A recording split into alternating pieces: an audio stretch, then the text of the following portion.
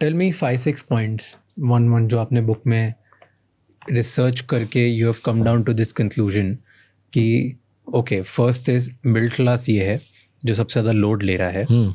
Second is middle class का जो main principal था कि मैं ये करूँगा ये करूँगा ये करूँगा, वो टूट रहा है. राइट.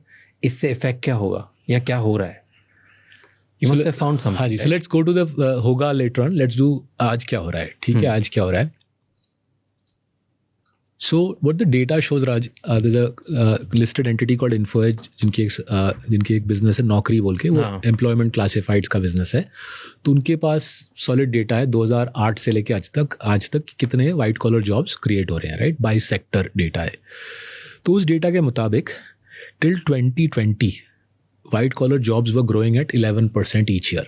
मतलब हर 6 साल वाइट कॉलर जॉब्स डबल हो रहे थे. राइट. सॉलिड अच्छी खबर. राइट. हर 6 साल जॉब्स डबल हो रहे हैं. So for a youngster it's a terrific environment to graduate into. Right. सालाना इंडिया प्रोड्यूस करता है 80 लाख ग्रेजुएट. तो टिल 2020 सालाना 80 लाख ग्रेजुएट में से 3-4 लाख को जॉब मिल रही थी. राइट. 3-4 लाख को जॉब मिल रही थी. फिर कोविड हुआ. कोविड के बाद थोड़ा सा जब अनलॉक आया 1 साल थोड़ा जॉब्स रहा, क्रिएट हुआ. लास्ट 3 साल में नौकरी का डेटा बोल रहा है, हमारे कंपनी के एनुअल रिपोर्ट्स का एनालिसिस बोल रहा है कि लास्ट 3 साल में वाइट कॉलर जॉब क्रिएशन का सिलसिला बेसिकली जीरो हो गया है. राइट. बेसिकली जीरो हो गया है. जीरो हो गया है. 11% की जगह 1% ग्रोथ. राइट. नाउ इसके पीछे अगर हम सेक्टोरल डेटा देखें, आईटी सेक्टर का बड़ा रोल है. Right. IT sector is basically as per Naukri -15% पे जॉब्स श्रिंक हो रहे हैं. Right. And no prizes for guessing इसके पीछे क्या हो रहा है. कुछ हद तक ऑटोमेशन है, कुछ हद तक एआई है. एआई का प्रहार शायद अभी शुरू हुआ है, आगे जाके एआई की कहानी शायद बड़ी होगी. But it's not just IT. नौकरी के डेटा में दिख रहा है रिटेल में भी जॉब्स घट रहे हैं, बिकॉज रिटेल में भी ऑटोमेशन आ रहा है. We all seen how my generation has seen, bank में एक ज़माने में टेलर होता था, वो पैसे देता था, फिर वो टेलर गायब हो गया या हो गई, एंड वहाँ पे एटीएम आ गया. अब एटीएम भी धीरे धीरे घट रहे हैं बिकॉज लोग अपने फ़ोन से पेमेंट कर रहे हैं. So as life gets more and more automated, the need for human beings reduces. Right. तो ये वाला स्टोरी बहुत क्लियरली दिख रहा है. Now we can go to the west to understand. जब ये स्टोरी लंबा खिंचता है, जब ये स्टोरी चलता रहता है 10-20-30 साल, क्या होता है, बिकॉज वेस्ट के फैक्ट्रीज में, यूएसए यूरोप के फैक्ट्रीज में 90 के दशक से रोबोट्स आने लग गए. ठीक है. राइट. रोबोट्स और ऑटोमेशन लग गए. जो फैक्ट्री वर्कर्स थे उनको बोला तुम भैया घर जाओ. फिर अराउंड 2002-3 वो जॉब्स चाइना चले गए. तो वेस्ट का जो डेटा है वो बहुत क्लियरली दिखाता है बिटवीन से 1985 to 2005 वेस्ट की मिडिल क्लास की पूरी ऐसी की तैसी हो गई. Right. And there are plenty of experts in the west who've written about it and written celebrated books and papers on it. So in the book we've cited the most celebrated paper जो 2004 में लिखी गई थी. It was published in a economic journal called the Quarterly Journal of Economics. उसमें दिखाया गया था by 3 academics, Murnane, Autor and Levy, that west में क्या हो रहा है, जो बिल्कुल ही छोटा मोटा काम करता है, मानो रबिश क्लीनिंग, उसकी वेजेस थोड़ी थोड़ी बढ़ रही है क्योंकि गार्बेज क्लीनर्स की ज़रूरत है और गार्बेज क्लीनर्स ऑटोमेट नहीं हो पा रहे हैं. राइट. एंड जो सीईओ है या हेज फंड ट्रेडर है उसकी वेजेस तो फाड़ के बढ़ रही है.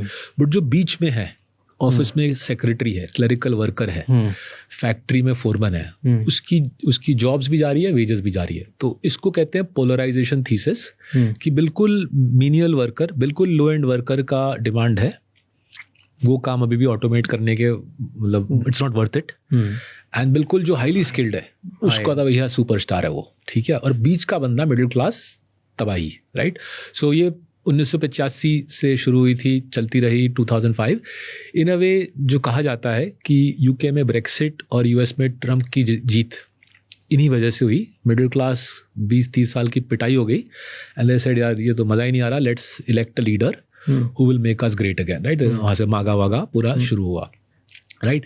तो ये वाला सिलसिला वहाँ पे चला है, मिडिल क्लास की तबाही हुई है, an elite has been created. कुछ हद तक हमारा डेटा दिखला रहा है कि वो प्रोसेस इंडिया में शुरू हो गया है. जस्ट दैट हमारे देश में इनइक्वालिटी एज इट इज़ इतनी बड़ी है, तो अगर आप मिडिल क्लास को हॉलो आउट कर दोगे, which is what the data is suggesting, risk है, अगर मिडिल क्लास को हॉलो आउट कर दोगे तो इनइक्वालिटी भयंकर हो जाएगी and the consequences are not easy to imagine given that as it is हमारे देश में इनइक्वालिटी इतनी है.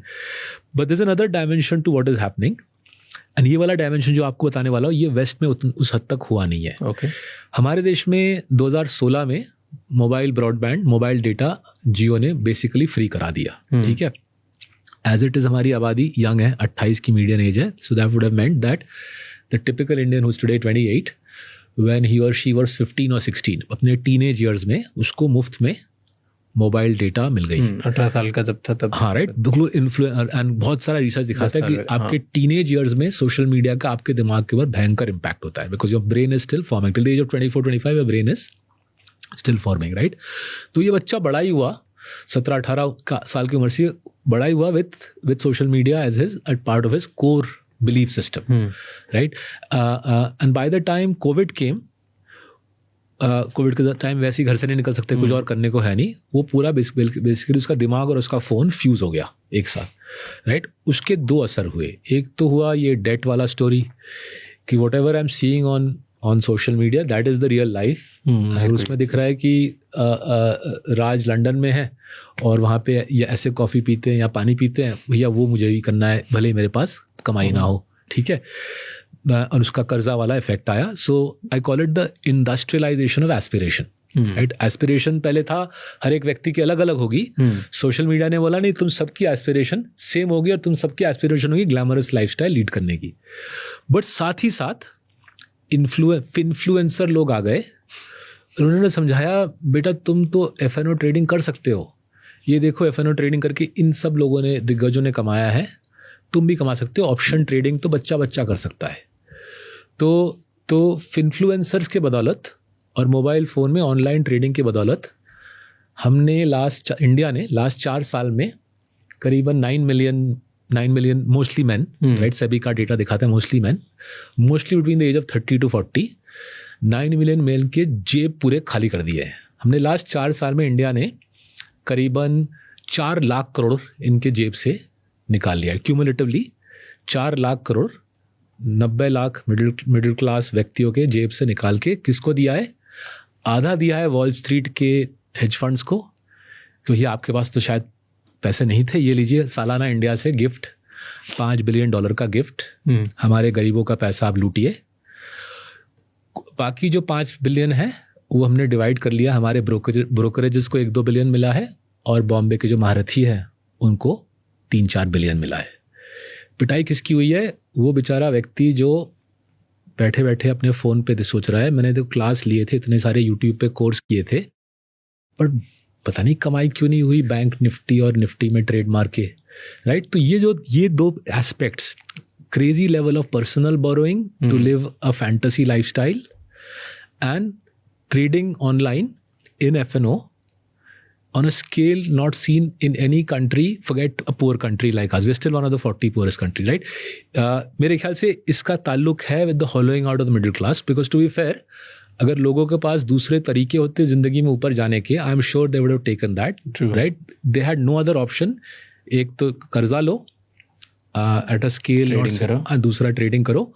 नतीजा है we are at a juncture in Indian history where beyond the jobs crisis, which I think is happening around the world, it's not as if US, UK में भी बहुत सारे jobs हैं, but हमारे देश में 80 लाख ग्रेजुएट हर साल निकल रहे हैं. दूसरे देशों में इस प्रकार की यंग आबादी नहीं है. उसके साथ साथ हमने ये पूरा सोशल मीडिया ड्रिवन बोरोइंग और ट्रेडिंग का फिनोमेनॉन बना दिया है. And the financial toll, psychological toll, financial toll मेरे ख्याल से कैटास्ट्रॉफिक है.